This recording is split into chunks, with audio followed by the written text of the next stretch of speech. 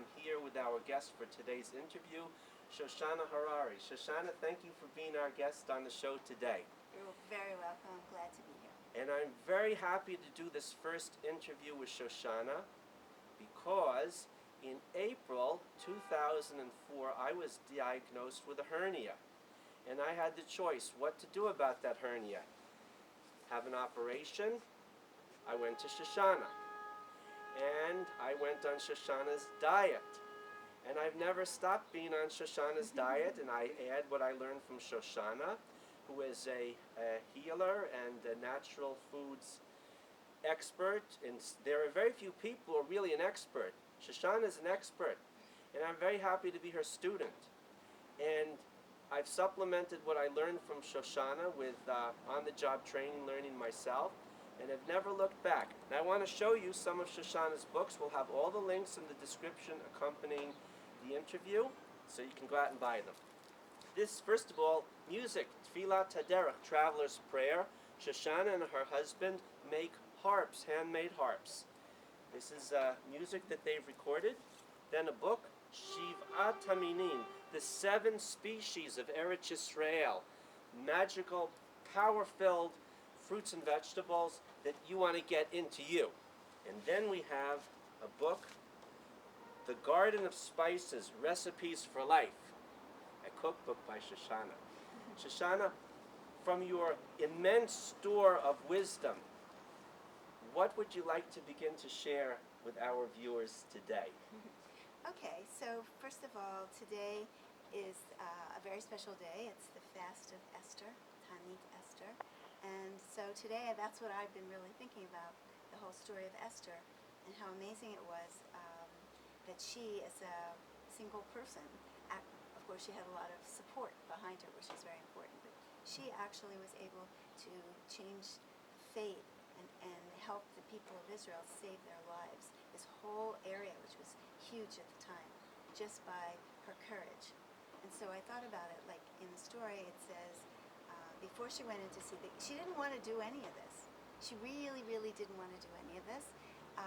But she knew that it really, really came to her. And one thing that I connect with is that we all have very, very important things to do in this world. And we just have to get up and do them, even though everybody else is not doing it.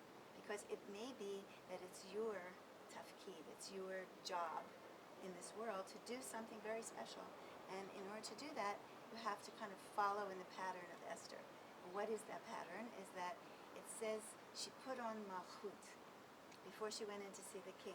Let's add a footnote here. Shoshana is referring to the upcoming festival of Purim, which around the world and in Israel is this coming Sunday. In walled cities, or what was once classified as a walled city, in Jerusalem we have Shushan Purim, which we celebrate on Monday.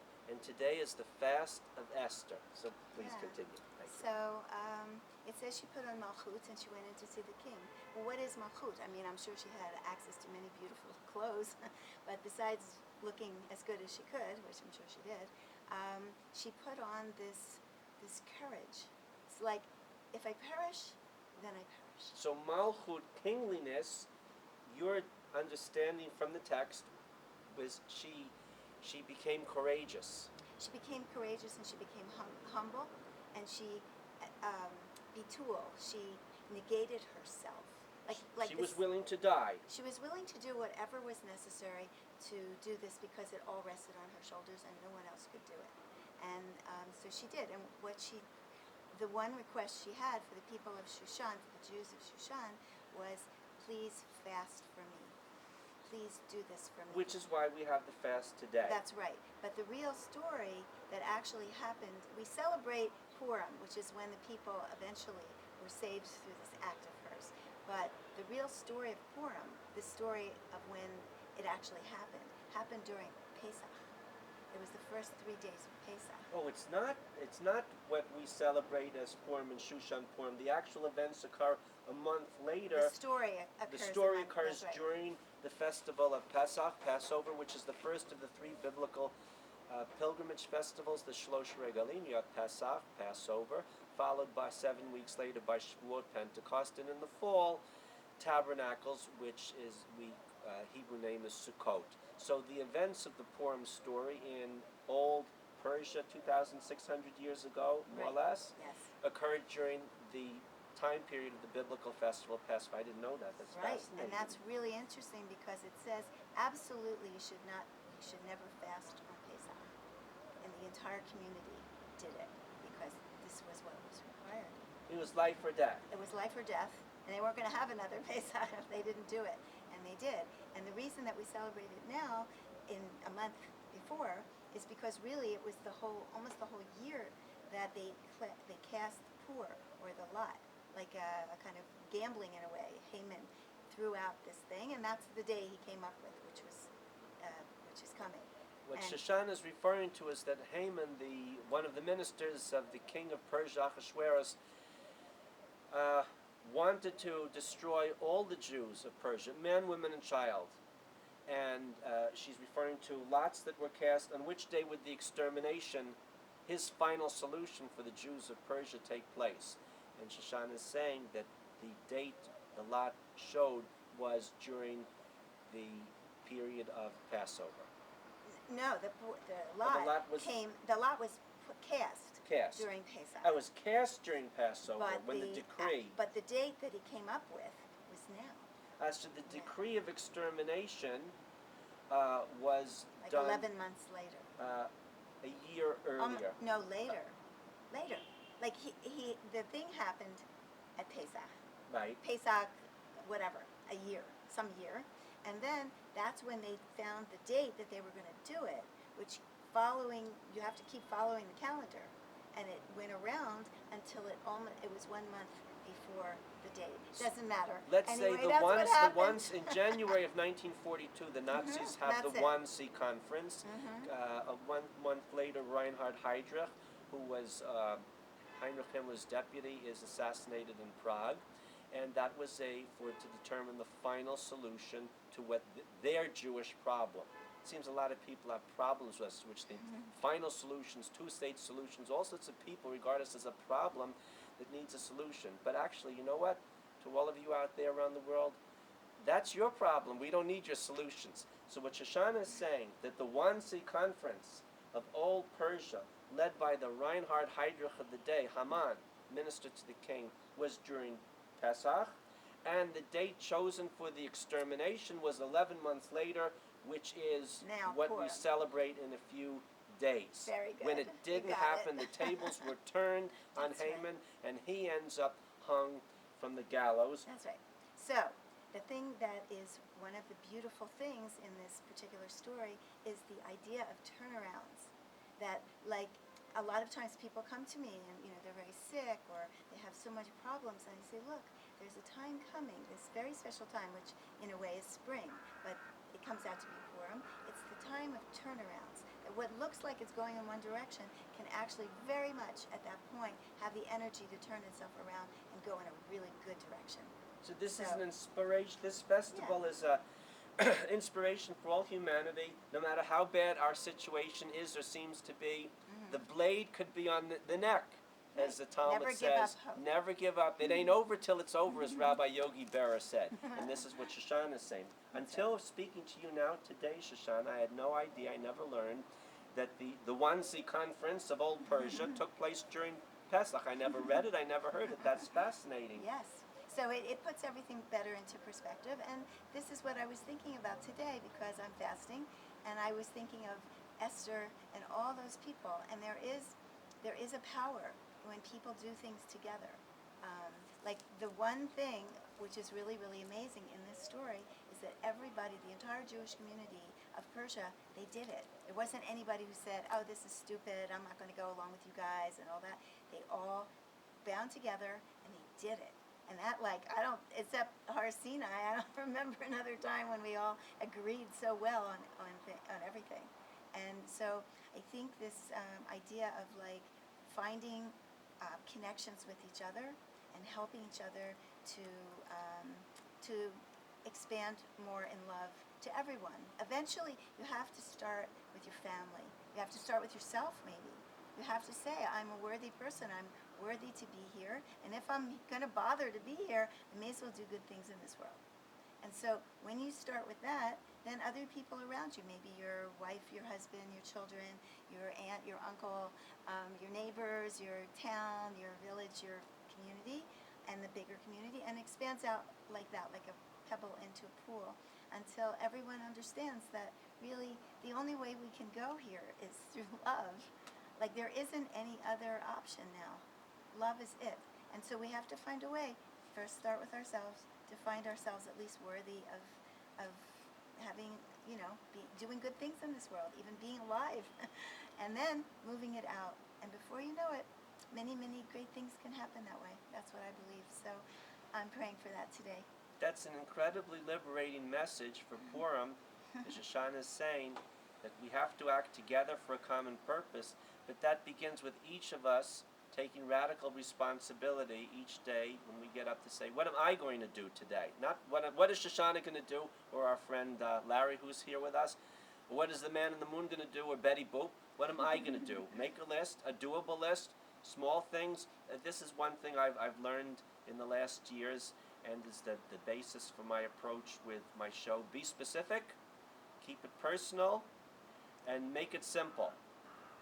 And that my approach to promoting Israeli products and services is to do interviews with people all over the country and to show how in a small country the size of New Jersey, with the population density of Singapore, people from many, many, many different ethnic, religious, cultural, and other backgrounds live together, more or less, most of the time, pretty well without beating each other up. And if one looks at the world today, with the mass genocides in Rwanda and Cambodia and the Balkans, aside from the little genocides, and endless racial, ethnic, and religious conflicts, Israel today is a beacon just on that basis. This is what I hope to show through my Lowell's Israel interview series that I've begun to do here in the land of Israel. Shoshana, what else would you like to tell our viewers in this first of what I hope will be many interviews on the road to mental, physical, and spiritual health, because this is your field? Okay, well maybe you can ask me a question. What would you like to know? Okay. Of the 7 species of the land of Israel, could you tell us about one of those species and some of its incredible healing properties? Well, I think the one that they're all beautiful and they're all amazing. The one that I love the most, I guess I just relate to it better, is the pomegranate, the rimon.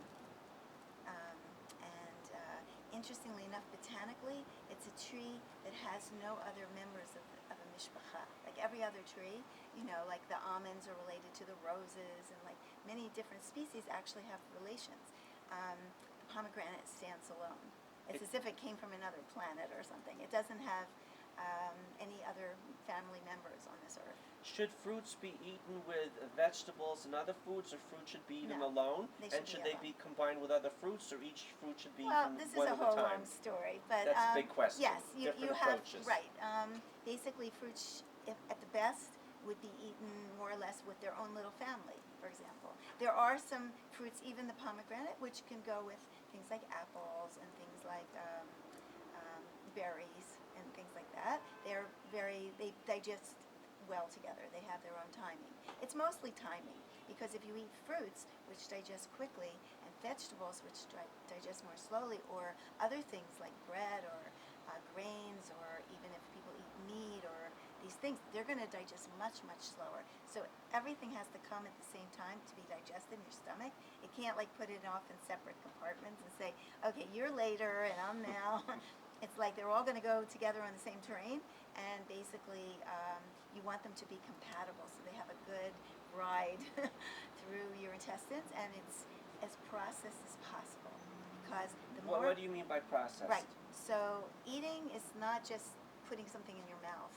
Like, you have to know how to work with your body in the form of eating. Like, it's almost an art form or something to understand, like, first there's the stomach, and then there's the intestines, and then it moves through slowly. Human beings have a very slow digestion.